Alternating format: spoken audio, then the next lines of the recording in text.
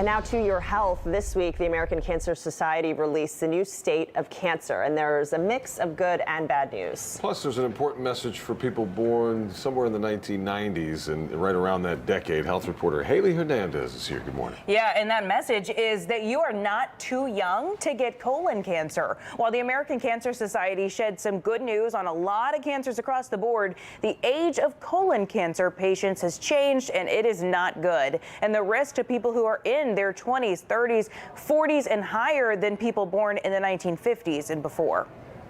Colorectal cancer is now the leading cause of cancer death in men and the second in women under 50. Historically, this was an older person's disease affecting 60 and up. The American Cancer Society says that's not so. Young people's risk has gone up. So these trends are concerning.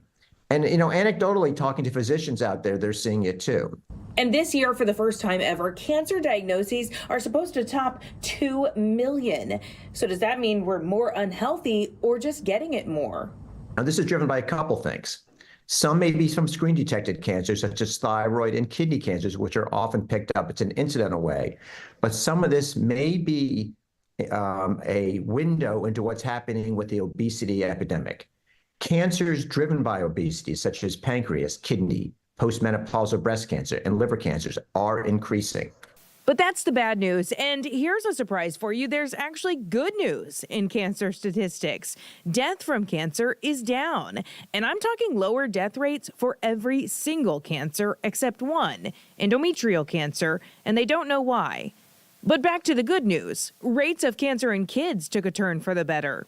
In children and adolescents, overall, cancer rates have finally stabilized. They had been increasing over time. This may have been due to detection, some actually over detection, such as thyroid cancer. But we're very pleased to see these rates actually stabilizing. And with modern kids having an HPV vaccine as part of routine care, they're looking at a more cancer-free future. We're seeing a decrease in cervical cancer, as we mentioned last year, in the population, the cohorts that received the HPV vaccination. And women, you can thank early detection or just our love for sunshine. But the latest stats show that melanoma is being detected more in women.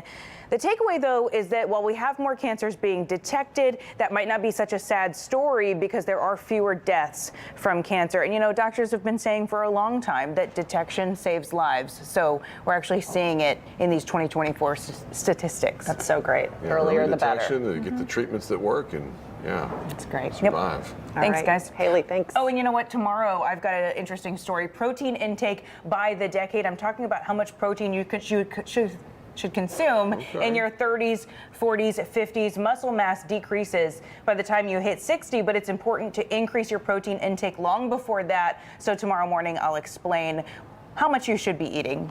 That's coming up at 6 a.m. tomorrow. Still got plenty of work I can do on my diet, so let's go. Let's do it.